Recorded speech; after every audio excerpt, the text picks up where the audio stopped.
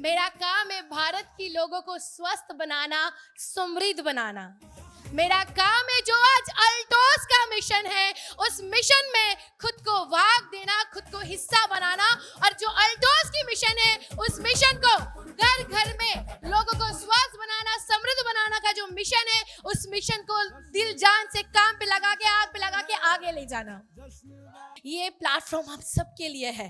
सपना हर किसी का है। आप सबको अधिकार है इसको पाने का। आपको भी हक है इस अल्टोस से आगे जाने का। क्या आप तैयार हैं? Thank you so much, thank you so much. परिचय देना चाहूंगी, नाम है पौलमी चक्रवर्ती और आज भी अल्टोस की एक विद्यार्थी मानती हूँ। आज भी सीखती जा रही हूँ और सीखते सीखते अपने बिजनेस को आगे लेके जा रही हूँ। पहले एक बार जोरदार क्लैपिंग चाहती हूँ अल्टोस के लिए, अल्टोस की मैनेजिंग डायरेक्टर के लिए, अल्टोस मैनेजमेंट के लिए, जिन्होंने आज आपके लिए, हमारे लिए इतना शानदार एक प्लेटफॉर्म रेडी करके दिया, जो एक साधारण सी लड़की को असाधारण बना रहा है। और सिर्फ मैं क्यों, मेरे जैसी बहुत सारे लड़कियों को बना रहा है। अल्टोस आज वुमेन एम्पावरमेंट के ऊपर काम कर रहा है, सच में काम कर रहा है। और वो दिखा रहा है कि एक लड़की अगर चाहे तो अपने सपने को पूरा कर सकती है, मगर उसके पास एक अच्छा, एक सही, एक सिक्योर अपॉर्चुनिटी नहीं होता है, जो आज के डेट में अल्टोस ने हमें दिया है। इसलिए मैं तहे दिल से धन्यवाद देना चाहती हूँ अल्टोस को।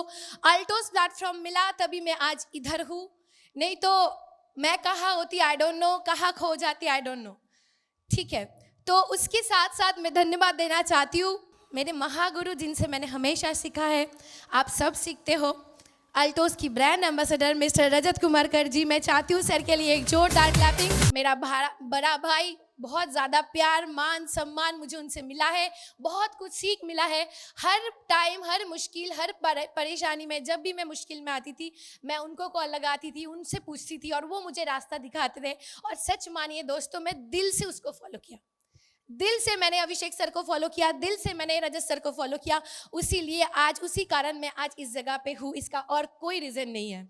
मैंने कभी भी अपने दिमाग को नहीं चलाया। उन्होंने मुझे जो बोला करने के लिए, जो बोला सीखने के लिए, मैंने वही किया। उससे ना आगे ना पीछे, ना ऊपर ना नीचे, ना आगे, मैंने ईट ना पिट, कुछ नहीं। मैंने वही किया जो उन दोनों से मैंने सीखने को मिला। मैंने सीखा और अपने काम को आगे बढ़ाया।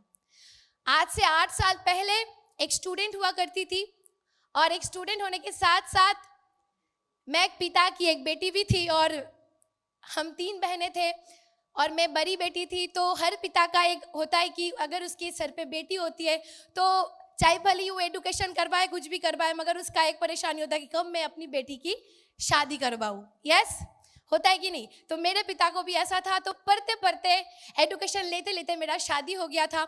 आंखों में बहुत सपने थे, सपने मतलब क्या बोलूं, आप विश्वास नहीं करोगे।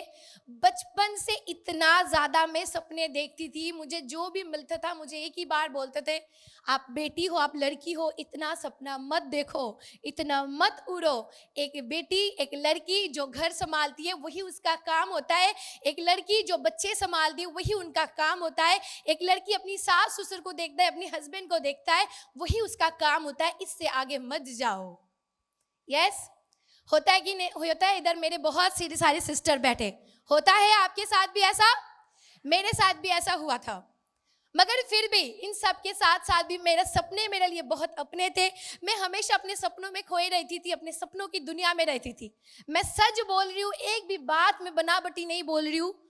बहुत बड़े बड़े सपने के साथ हमेशा मैं चलती थी, और उसी सपने के साथ मेरी शादी हुई।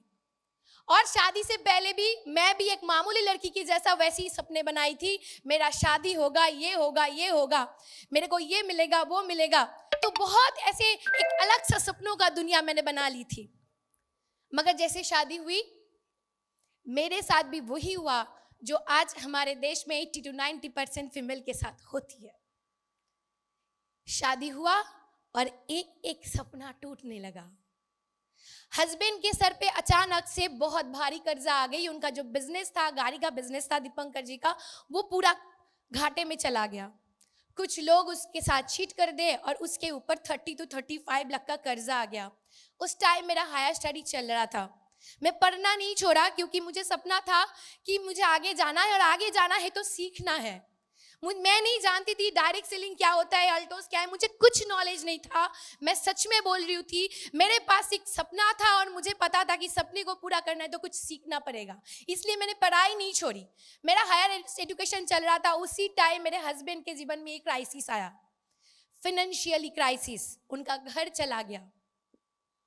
मैं रियल लाइफ स्टोरी बोल रही हूँ। बहुत सारे लोग मुझे जानते हैं, जो जानते हैं उनको पता है कि मेरा घर उस टाइम चला गया था। और उस टाइम मेरे ऊपर आना चालू हुआ प्रेशर। प्रेशर किस चीज का? पढ़ाई छोड़ो, आपके हस्बैंड के पास पैसे नहीं है, वो नहीं पढ़ा सकते आपको, छोड़ दो एजुकेशन। अपने हस्बैंड का जो परिस्थिति है उसके साथ आप एडजस्ट कर लो, सैक्रिफाइस कर लो। इतने बड़े बड़े सपने मत देखो, ये आपके लिए नहीं है। हर कोई जो मिलता था वही मुझसे यही बात करते थे। क्राइसिस इतना बढ़ गया, इतना बढ़ गया। मेरे फैमिली वाले जो मुझसे बहुत प्यार करते थे वो तो ये भी बात बोलने लगे, अभी इन दोनों का डाइवोर्स करा दो, ये दोनों अलग हो जाएंगे तो ठीक हो जाएंगे। नहीं चलेगा, ऐसे नहीं चलता है जीवन। और मैं रियल लाइफ स्टोरी बता रही हूँ आपको, इसमें कोई पानी नहीं है, बिल्कुल सही। मैंने झेला इस जगह को, बहुत दर्द हुआ था उस टाइम। मेरे मन में सवाल आ रहे थे, क्या मैं सच में छोड़ दूं? क्या ये लोग सही बोल रहे हैं? क्या मुझे ऐसा करना चाहिए? जब मैं इस छोड़ने के ख्याल को मन में ला रहा था तो अंदर से मुझे लग रहा था कि मुझे मौत आ रहा है। मौत इससे बेहतर है, मैं मर जाऊं तो भी अच्छा है, मगर मेरे सपने तो मेरे अपने हैं। मैं इसे कैसे छोड़ सकती हूँ? मैं इसे कैसे खो सकती हूँ? और अगर मैं आज अपने सपने को छोड़ती हूँ तो मेरा जीवन भी उसी तरह का एक एग्जाम्पल बन जाएगा जिनका एग्जाम्पल मुझे दिखाया जा रहा था। उस 80 to 90% लोगों की दल में मेरा नाम भी आ जाएगा। मेरे को दिखा के भी लोग एग्जाम्पल देखो, इस लड़की ने सैक्रिफाइस किया, इस लड़की ने अपने सपने को छोड़ा, आपको भी ऐसा करना चाहिए। मगर मेरे मन से ये बिल्कुल मुझे साय नहीं दिया। मैंने डिसीजन लिया उसी दिन, और हमें अपना सपना पूरा करने का अधिकार है, क्योंकि मेरा सपना मेरा है। उसे ना पाऊं तो दुख दर्द मुझे होगा, उसके पालू तो सबसे ज्यादा खुशी आनंद मुझे होगा। मुझे पता है कि मैं क्या कर सकती हूँ, मैं क्या नहीं कर सकती हूँ। और उसी दिन हम दोनों ने मिलकर डिसीजन लिया कि चाहे कुछ भी हो जाए, परिस्थितियों को बदल देंगे मगर सपने का साथ कभी नहीं छोड़ेंगे। उसी दिन से हम दोनों ने इकट्ठे एक साथ मिलके इस बिजनेस को ज्वाइन किया। उसी टाइम हमारे पास इस अपॉर्चुनिटी आया था। मैंने इस अल्टोस में काम करना चालू किया, लगातार मेहनत करना चालू किया। और मैं आपको कहना चाहती हूँ, मेरा जो हायर स्टडीज था उसका खर्चा मैंने इनिशियल स्टेज में इस अल्टोस से ही उठाया था। मैंने अपना हायर स्टडीज पूरा किया और साथ ही साथ अल्टोस में लगातार काम करने का डिसीजन हम दोनों ने उसी दिन लिया कि काम करेंगे और इस बिजनेस से बहुत आगे जाएंगे। मुझे पता है इधर बहुत सारे लोग हैं, आपके लाइफ में भी ऐसा एक मौका टाइम आता है जिस टाइम आपको डिसीजन लेना पड़ता है। और मैं कहती हूँ, और मैं नहीं, आज बहुत सारे सफल व्यक्ति कहते हैं माय डियर फ्रेंड कि आपके लिए हुए डिसीजन ही आपके लाइफ में सफलता और असफलता को तय करता है। आपके सिद्धांत आपको सफल बनाते हैं, आपके लिए हुए सिद्धांत आपको असफल बनाता है। चॉइस इज योर्स कि आप क्या डिसीजन लेते हो। क्या आप दूसरे के बात पे आके आपके सपने को छोड़ रहे हैं, मार रहे हैं, तोड़ रहे हैं, या आप भी आपके सपने को जीने का उपाय ढूंढ रहे हैं। चॉइस आपको लेना पड़ेगा। क्या आप सच में जीवन में आगे जाना चाहते हैं? आज बहुत सारे सफल व्यक्ति ने उनकी सफलता स्टोरी, उनकी कुछ एक्सपीरियंस आपके साथ शेयर किया। वो किए तभी शेयर किए, यस और नो? अगर ना करते तो नहीं ना बोलते। अरे उसके लाइफ में भी प्रॉब्लम आया था, उनके पास भी एक समय आया था जिस टाइम उसको डिसीजन लेना पड़ा था। और ये हर व्यक्ति के लाइफ में आता है, डिसीजन लेना जरूरी होता है। और एक बार डिसीजन ले लिया ना, एक बार कमिटमेंट कर दिया ना, तो खुद की भी नहीं सुनते। ये डिसीजन जो होगी ना, कमिटमेंट वाला डिसीजन होगी। एक बार कर दिया तो कर दिया, बस अब आगे जाना है। जब आप डिसीजन लेंगे, इधर से मीटिंग में बहुत अच्छे से सुन के जाएंगे, घर में जाएंगे, घर में जाने के बाद, पड़ोसी में जाने के बाद, जब आप सबके साथ शेयर करेंगे कि एक अल्टोस बिजनेस है, बहुत अच्छा बिजनेस है, बहुत अच्छा इनकम होता है, सबका स्पीच सुन के बहुत मोटिवेट होगे, जब सबको बोलेंगे, तब उधर से शुरू होगा असली खेल। मेरे साथ हुआ था ऐसा, मेरे साथ ऐसा हुआ था। मैंने भी एक मीटिंग में आके डिसीजन लिया था, और आफ्टर डिसीजन जब मैंने अपने फैमिली वालों के साथ शेयर किया, सबसे पहले तो हम फैमिली को शेयर करते हैं, उधर से ही हमें सुनना पड़ता है, नहीं होगा, ये बिजनेस नहीं होता है, यस, वो सब फालतू बिजनेस है, ये सब पैसा हड़पने की बिजनेस है। कुछ लोगों को मिलता है, सर रियल लाइफ स्टोरी बता रही हूं, ये कुछ लोगों को मिलता है, बहुत टाइम लगता है, ऐसे नहीं होता है। बुद्धू बनाने का बिजनेस है, प्रोडक्ट अच्छा नहीं है, दाम ज्यादा है, ये है वो है, ये है वो है, ABCD आपको बहुत कुछ बोलते हैं। मेरे साथ भी हुआ था। खुद से पूछो कि आप क्या चाहते हो, क्या आपको सच में विश्वास है, क्या आप सच में अल्टोस के ऊपर विश्वास करते हो?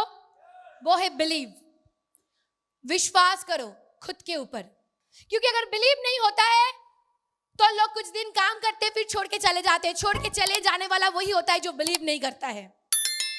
अगर आप बिलीव करते हो तो आप इस बिजनेस में सफल 100% बनोगे। दुनिया की कोई शक्ति नहीं है जो आपको रोक पाएगा। बिलीव ये क्या होता है, विश्वास ये क्या होता है? क्या हमें ये विश्वास बाहर से मिलता है या अंदर से मिलता है? जब अंदर से बिलीव मिलता है तो हम बाहर की बातों में क्यों आते हैं?